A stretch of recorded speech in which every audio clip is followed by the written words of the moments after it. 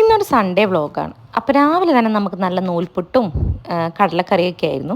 അപ്പോൾ അതൊക്കെ കഴിച്ച് കഴിഞ്ഞ് പിന്നെ ഇന്ന് സൺഡേ ആയതുകൊണ്ട് തന്നെ നമ്മൾ മൂന്നാളും കൂടെ റെഡിയായി ഒന്ന് വീട്ടിൽ പോയി ഒന്ന് ക്ലീനപ്പൊക്കെ ചെയ്തിട്ട് വരാമെന്ന് വിചാരിച്ചു.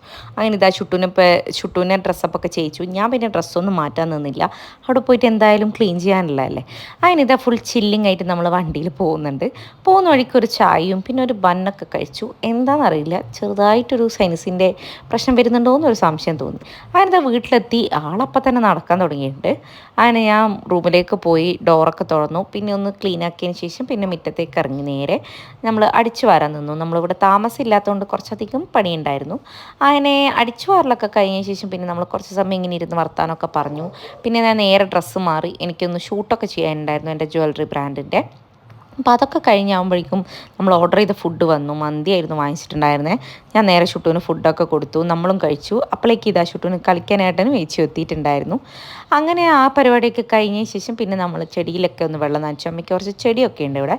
അത് കഴിഞ്ഞ് ഷുട്ടൂന് ഫുഡും കൊടുത്ത് ഞാൻ നേരെ പോയി കുളിച്ചു. ഞാനും കുളിച്ചു, അവളെയൊക്കെ കുളിപ്പിച്ച് പിന്നെ നമ്മൾ ഇറങ്ങി വീട്ടിൽ നിന്ന്.